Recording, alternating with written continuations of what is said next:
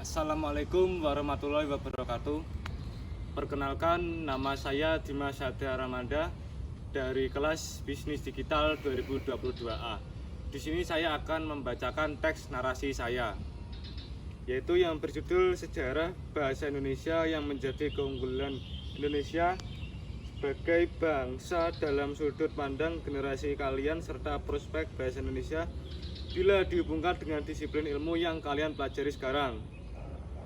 Yang pertama yaitu sebelum kemerdekaan Indonesia diproklamasikan, bahasa Indonesia merupakan salah satu dialek bahasa Melayu atau Melayau. Telah berabad-abad bahasa Melayu dipakai sebagai alat perhubungan antar penduduk Indonesia. Bahasa Melayu juga dipakai sebagai bahasa perhubungan yang luas. Bahasa Indonesia sendiri lahir pada tanggal 28 Oktober 1928. Pada saat itu, para pemuda dari berbagai pelosok Nusantara berkumpul dalam kerapatan pemuda dan berikrar. Pada saat ini, bahasa Indonesia memegang peranan penting pada semua aspek kehidupan.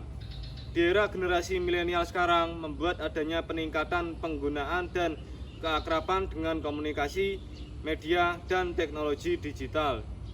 Hal tersebut yang memberikan dampak pada perkembangan bahasa Indonesia. Keadaan yang ada saat ini merupakan fungsi bahasa Indonesia mulai tergantikan atau tergeser oleh bahasa asing dan adanya perilaku yang cenderung menyelipkan istilah bahasa asing. Generasi milenial sendiri hadir sebagai bentuk diferensiasi antar generasi zaman dahulu yang eksis pada tahun 90-an dengan generasi yang sedang eksis di zaman sekarang. Dari segala usia bisa dikatakan generasi milenial adalah mereka yang saat ini berada pada rentang umur 15 hingga 30 tahun. Banyak remaja zaman sekarang yang tidak begitu memperhatikan kaidah kebahasaan maupun etika bersosial media, dan ada pula kata yang disingkat atau tidak sesuai dengan kaidah bahasa yang umumnya digunakan dalam bahasa Indonesia. Sebagai contoh, penggunaan kata tidak tahu yang dipersingkat menjadi gak tahu. Penulisan kata aku diubah menjadi gue atau gue, dan masih banyak lagi. Oleh karena itu, diperlukan wawasan akan pentingnya beretika dan pentingnya bahasa Indonesia sebagai persatuan yang memenuhi kaidah kebahasaan dan tanda kurung EYD di masa generasi milenial saat ini. Bahasa Indonesia pada masa-masa mendatang diharapkan lebih menampakkan peranannya dalam kehidupan modern.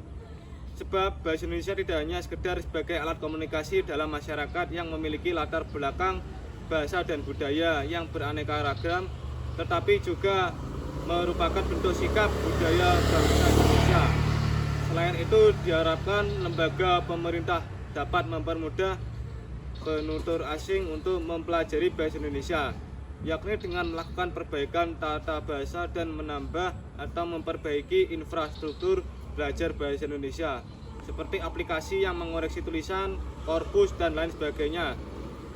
Dengan ini diharapkan bahasa Indonesia benar-benar mampu bersaing di dunia internasional dan menjadi bahasa internasional di masa depan.